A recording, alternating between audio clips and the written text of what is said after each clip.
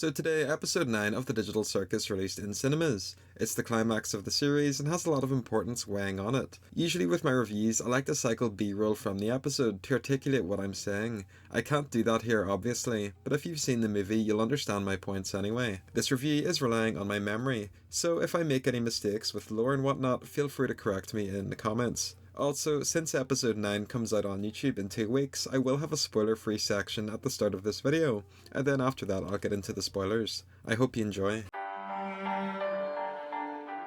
So episode 9, like the trailer suggested, carries on directly from 8. We learn a lot about the characters, get a few flashbacks, and the show ends quite conclusively. You could argue that there's room for shorts and other feature content in the universe, like with Murder Drones, but broadly the show is finished. As for my experience watching the last act in cinemas, it was pretty standard. I saw it in the earliest possible screening, and there was about 15 other people in the cinema, so it was quite quiet. Everyone behaved really well. The crowd was mainly people in their 20s, but there were a couple of kids with their parents. I have seen posts of people complaining about the crowd, and my friends also had bad viewings, so your mileage may vary on that, but at least for me it was a pretty good viewing experience. Unfortunately, my cinema didn't have any merchandise like the popcorn buckets or the cardboard cutouts outside. I will say that seeing it on the big screen didn't really invoke much of an impact on me. I've been watching the show since the pilot, so I think I was just used to watching it in the comfort of my home. In terms of the things I liked, the art style and animation, like always, is stellar. There's some great amazing scenes that are definitely some of the best in the entire show. They look great.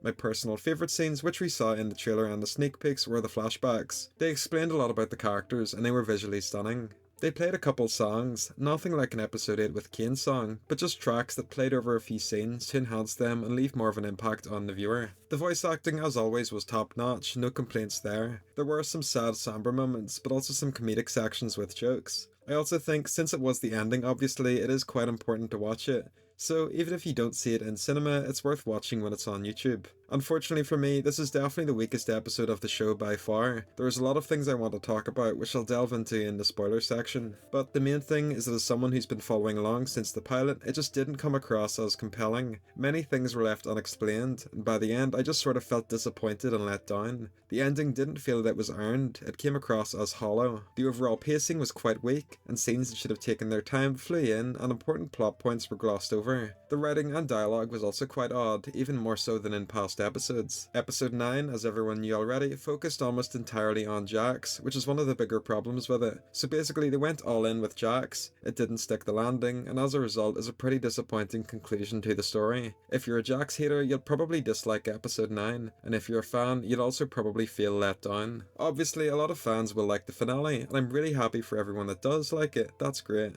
But just for me personally, it missed the mark, which I'll get into in further detail in the spoiler section. So that's a super quick, spoiler-free version of my review. If you want to not get spoiled, then I recommend clicking off now, and if you'd like to continue, then join me over in the spoiler section. Thanks for watching.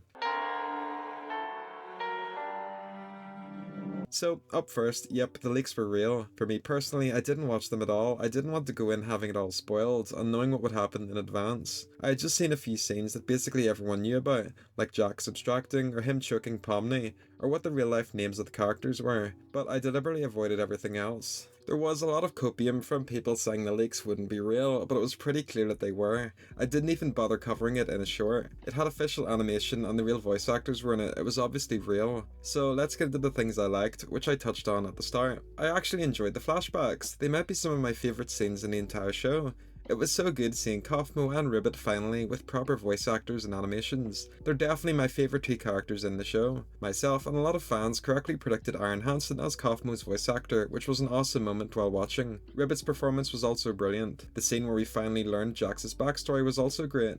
Seeing Jax just act fairly normal was such a breath of fresh air. We learned why he acts the way he is with his mom. We also found out that he can play the piano. I also liked some of the character-driven moments, like the cast repairing the circus or Ragatha and Pomni hugging. The end credits were very adorable. We saw all the characters in different scenarios. The highlight being when Ragatha walks past one of the rooms, and it obviously implies that Zubul and Gangle got it on. It's quite funny. So let's get into the things I disliked. I will warn you that I have a lot to talk about. Firstly, the show absolutely needed a few more episodes, at least 2 to 3 minimum, with a sweet spot being over 5. It is mind-boggling that they thought that the original 8 episodes were enough. 9 is awful, but 8 would have been worse. The scenes just awkwardly roll into each other at a fast pace, and most of the questions fans have about the series are left unanswered. If it was 2 seasons, there would have been enough time to balance the lore and world building with the character-driven segments. We also would have had time to explore all the past humans and learn why the characters act the way they do. I genuinely like Gooseworks' writing. Most of the episodes, especially the first few, are still great, but things definitely would have been better with more writers in the room to help tone things down and work through parts. I'm certain a lot of the problems would have been resolved if there was another writer in the room that would just say no. Kane is somehow back in the void again. It makes a lot of the events of episode 8 feel wasted. Bubble is basically dead, they just appear beside Kane and are lifeless. We never find out about the blue AI, or what fans call Able, like their personality or if they were an actual being. Kane just removes the blue AI from himself and tosses it into the void. We don't see the cast in the final area of the circus, being the carnival. The void doesn't get explored or expanded upon either. The other humans aren't elaborated on. They show up in a mural and we briefly see Scratch again when we see Kane first using the mind files, but they're all totally wasted. We don't know the names or personalities of any of them, apart from a couple which was revealed on Twitter. One major problem throughout the show is that it basically hinges on the characters not communicating with each other. Ribbit just totally spirals and nobody cares. The same happens with Kaufmo and no one intervenes. Lastly, Jack spirals and no one intervenes until it's too late and Pomni enters his mind.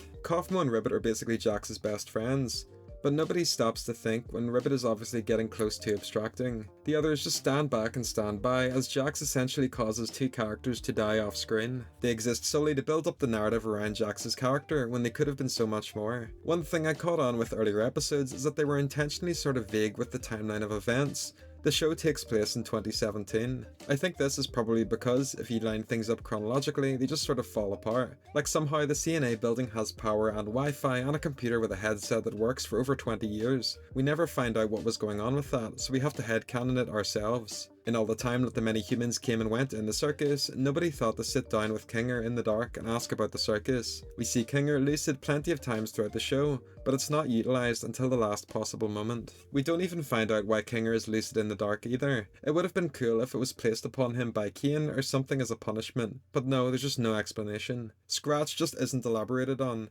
We don't find out anything more about him other than his real name. Like with Ribbit and Kaufmo, he's more wasted potential. On the topic of Ribbit and Kaufmo, I absolutely think they should have been in the main cast. Gooseworks has discussed before how Ribbit was recycled from elements of Pomni's original design, and Kaufmo was replaced by Jax. The few flashbacks of them two were some of my favourite scenes in the show. They should have been main characters. If the show had additional episodes, we could have seen their abstractions happen gradually and with proper weight behind them, rather than the ham-fisted way it happens, where no one communicates with anyone, the pair abstract, and the main cast doesn't care. Ragatha, I think, got the short end of the stick, big time. She appears briefly in the flashbacks, and we know is friends with Jax and the others, but we don't see that, she's just awkwardly excluded. It's pretty apparent looking back that the show had a decent balance between Jax, Pomni, and Ragatha, especially in the pilot, and even for the first few episodes. But then it just weirdly shifts to the Jax and Pomni show. I know the pair are main characters like Goose said, but it just doesn't sit right with me. The runtime between them all should have been balanced. Pomni and Ragatha's friendship being built up was great, but it just happens in a disjointed manner and wasn't very satisfying. One of the biggest problems, which I've touched on briefly, is Jax. He just takes control of the show's narrative, and it's one of the main issues with the show. They dedicated so much of the show's runtime to building sympathy for him, and it just ends up being wasted. He starts out as basically the bad guy, and by the end he's still the bad guy. He directly leads to the death of 2 humans and bullies the rest of the cast, but we never see him get punished over this. He just abstracts off screen, which was a terrible decision by the way, and then Pomni spends time inside his head and that's it. I like Jax as a character, but he's been expanded upon in a way that it's at the expense of everyone else, and even by the end it still feels unsatisfying. With the way abstracting is built up, it would genuinely make sense that it would be possible to bring people back from abstraction. They're brain files, there's a way it could work. It would have been cool to see Pomni somehow save Jax and bring him back, and he makes amends with the others. But instead he just dies off screen, and the rest of the episode is spent inside his memories. We don't know how Pomni knew that she could enter Jax's memories at all, it wasn't hinted at before. Jax just dies and ends up inside the little tent in the middle of the circus, just not a very fun way to end his character. You could argue that Jax shouldn't have even abstracted at all as well. That probably would have made more sense writing wise. His mental health was up and down over the previous few episodes. but it would have been nice to see him finally overcome his fears and become a better person and have proper friendships with the cast. We don't get that, and it's just a huge shame. I also think that Pomni just not reacting to Jax walking up to her before he abstracted felt out of character. It doesn't feel like something the previous Pomni in past episodes would have done. She just ignores him and he dies off screen. It's very bizarre. It sucks too because I enjoyed a lot of the mind stuff with Jax, like the flashbacks. It was cool learning about his mind and the way it works, like the stuff with Maid Jax and his cartoony version, but just the resolution and the way it wraps up just misses the mark completely. In general, the whole Soma thing is quite weak. Myself and many fans predicted it. It was a popular fan theory for ages, but it just devalues a lot of the past episodes. The ending in particular just feels odd. Like for me personally, I would have abstracted if I saw myself on Instagram living a better life while I'm stuck inside a video game. It's meant to be a feel-good moment for the characters, but to me I just felt a bit frustrated watching it. Some elements are also just fully ripped from other things, like the Evangelion plot points like Jax choking out Pomni or Pomni going inside Jax's head, though I think here it's done in a worse way. I'm not a fan of the real life portrayals for the characters, they don't really fit for me, it's hard to explain. Like some of them feel a bit too young, especially Kinger and Ragatha. Their real life versions look like they're in their early 20s. I also just don't like Jax's name, Leroy doesn't fit him in my opinion. Moving on, I touched on this briefly before, but a lot of the outside lore and statements from Goose and other cast members just sort of dampened things a lot. Like Goose talked about Ragatha getting a lot of development in the last episode, which just doesn't really happen as I explained. The fact that no one can come back from abstraction was also spoiled in a Tumblr ask. Jack's naming Gangle was spoiled, the cast saying the ending was unpredictable, Goose's post about finding meaning in a stagnant life. Looking back with hindsight, a lot of these statements shouldn't have been made.